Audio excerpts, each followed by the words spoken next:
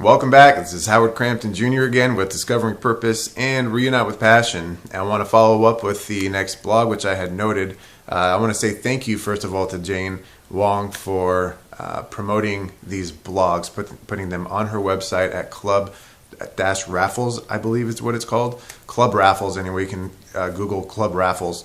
Go join our group. We have a group on LinkedIn. We have a group on Facebook, or she has a group on Facebook anyway that I belong to, and this is a group of inspired, dedicated, romantic, wedding focused people, people who just don't enjoy lifestyle and going out fine dining, anything like this.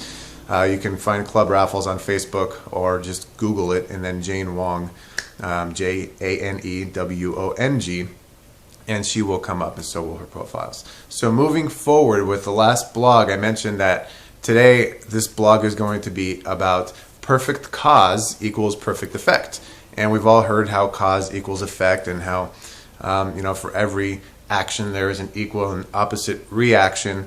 Well, Henry Ford had said it best when he said that whether you think you can or cannot, either way you're right. So again, what is that cause? If you hadn't read the last blog, go back and check out the last blog that I posted. This perfect cause that we talk about is spirit. It's this all aware, self-knowing intelligence of all of life itself. It has everything that it needs. Everything that exists is it. So what we do is we pull, as human beings, we pull from this perfect cause.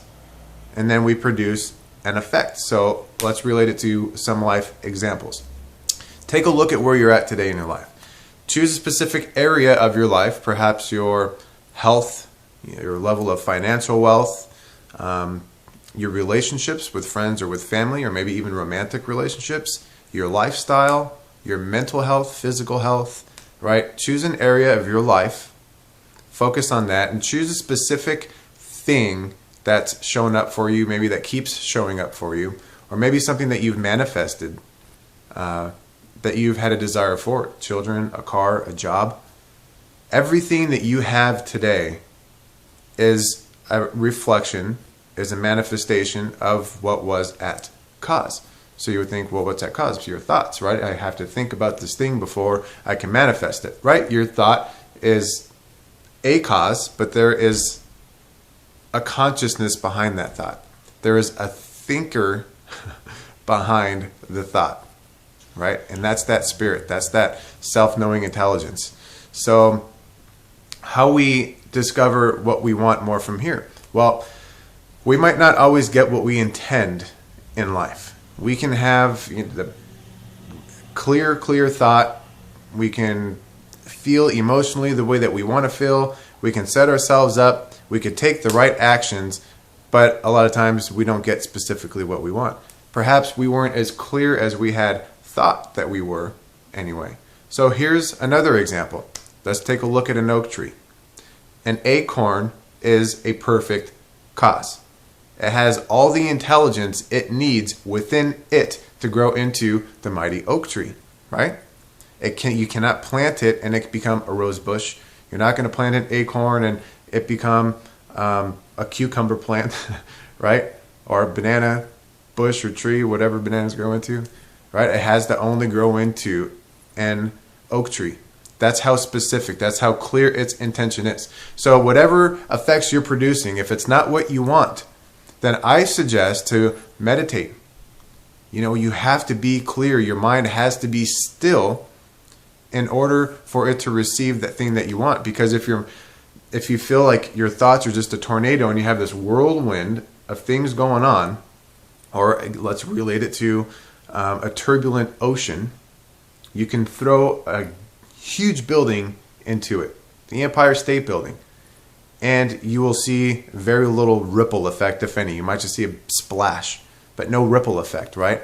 So how is that intelligence, how is that frequency supposed to vibrate out if there's all this other turbulence that's blocking it?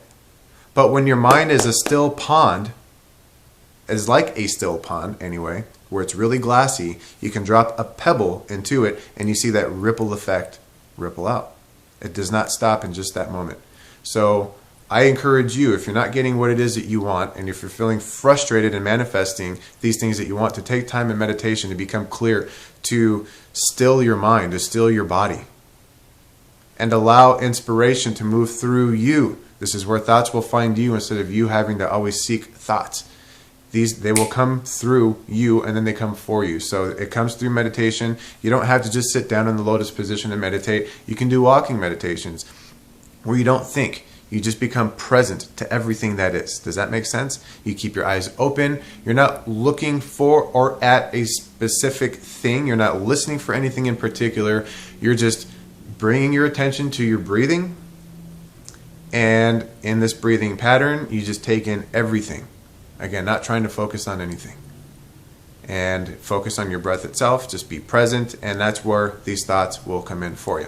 So I guess next week we'll talk about how to meditate. That will be a good topic for next week. If you're having trouble meditating, I know all these thoughts just seem to keep bombarding.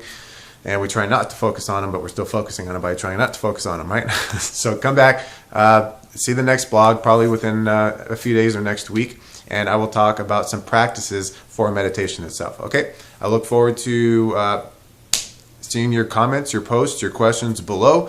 Please post your questions. Please comment. Again, when you comment, you allow other people to feel that they can comment too.